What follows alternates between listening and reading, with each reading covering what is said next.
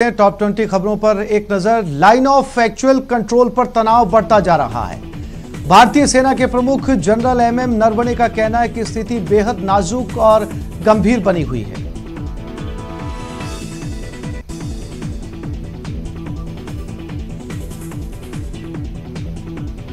सेना अध्यक्ष ने कहा कि हमने जो कदम उठाए वो ऐतिहासिक है। हमने अपनी सुरक्षा के लिए सभी रणनीतिक कदम उठाए हैं। पिछले 3 महीने से स्थिति तनावपूर्ण है। हम बातचीत के जरिए स्थिति से निपटेंगे। भारत चीन तनाव के बीच चीन के रक्षा मंत्री ने भारत के रक्षा मंत्री राजनाथ सिंह से मिलने की इच्छा जताई है। सीमा पर दोनों देशों की सेनाओं के बीच जारी तनाव के मद्देनजर इस घटनाक्रम को बेहद अहम माना जा रहा है। राजनाथ सिंह रूस की राजधानी मॉस्को में शंघाई सहयोग संगठन की बैठक में शामिल होने के लिए गए हैं। मॉस्को में राजनाथ ने रूसी रक्षा मंत्री के साथ बैठक की। बैठक में रक्षा एवं रणनीतिक सहयोग गहरा करने पर चर्चा हुई।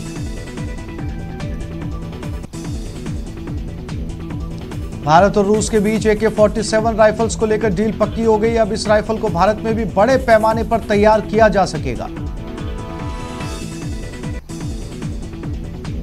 प्रधानमंत्री नरेंद्र मोदी ने गुरुवार को भारत अमेरिका संबंधों पर एक शिखर सम्मेलन को संबोधित किया। पीएम ने कहा कि कोरोना के दौर में भारत का डेथ रेट दुनिया में सबसे कम है। रिकवरी रेट भी लगातार बढ़ रहा है। हैदराबाद में राष्ट्रीय पुलिस अकादमी में दीक्षांत परेड समारोह है, जहां पीएम मोदी ने प्रोबेशनरी आईपीएस अधिकारियों से संवाद किया। सुशांत केस में अब तक का सबसे बड़ा एक्शन लेते हुए एनसीबी की टीम ने सुशांत के मैनेजर रहे सैमुअल मिरांडा को हिरासत में लिया है। एनसीबी की टीम ने आज सुबह मिरांडा के घर छापेमारी की और घर की तलाशी ली। फिर मिरांडा को हिरासत में लिया गया। एनसीबी की टीम ने रिया चक्रवर्ती के घर पर भी 4 घंटे तलाशी ली। बताया जाता है कि टीम ने सुबह 6:30 बजे ही रिया के घर पर छापेमारी शुरू कर दी थी। एनसीबी की टीम ने रिया और सैमुअल के घरों पर मोबाइल, हार्ड डिस्क और लैपटॉप की जांच की। रिया की कार की तलाशी भी ली गई।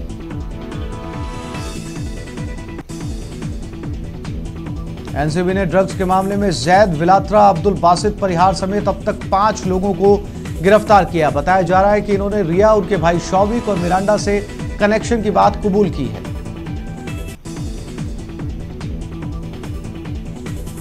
सुशांत सिंह केस में रिया चक्रवर्ती के भाई शौविक को एनसीबी से समन जारी किया गया। एनसीबी ने बताया कि शौविक और सैमुअल को जांच में शामिल होने के लिए समन भेजा गया है।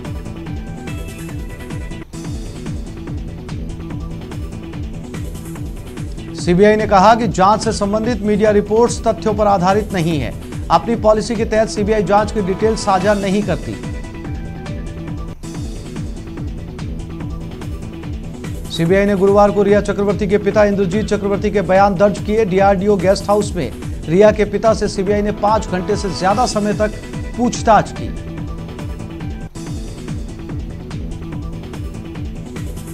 सीबीआई ने पहली बार सुशांत के मनोचिकित्सक सुजैन वॉकर से पूछताछ की।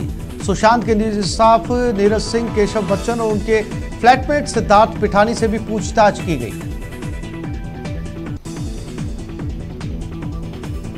बीजेपी प्रदेश अध्यक्ष सतीश पूनिया कोरोना पॉजिटिव पाए गए हैं। पूनिया कल ही जोधपुर दौरे से लौटकर जयपुर आए थे। रिपोर्ट आने के बाद उन्होंने खुद को घर में आइसोलेट कर दिया है और संपर्क में आए लोगों से जांच कराने की अपील की है। गहलोत ने ट्वीट करके पूनिया के जल्द स्वस्थ होने की कामना की।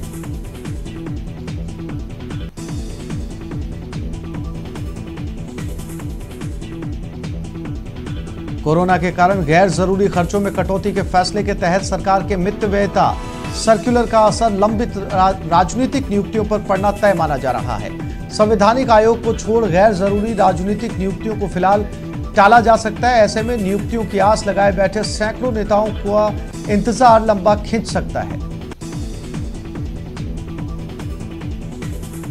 देश में कोरोना की रफ्तार बेकाबू होती जा रही है। पिछले 24 घंटे में देश भर में कोरोना ने नया रिकॉर्ड बनाया और 84,156 नए केस सामने आए हैं। इसके साथ ही मरीजों का आंकड़ा 39,33,000 के पार पहुंच गया है। राजस्थान में कोरोना का आंकड़ा तेजी से बढ़ रहा है। प्रदेश में आज 738 नए केस सामने आए, जिसके बाद कोरोना मरीजों का आंकड़ा 86,965 पर पहुंच गया।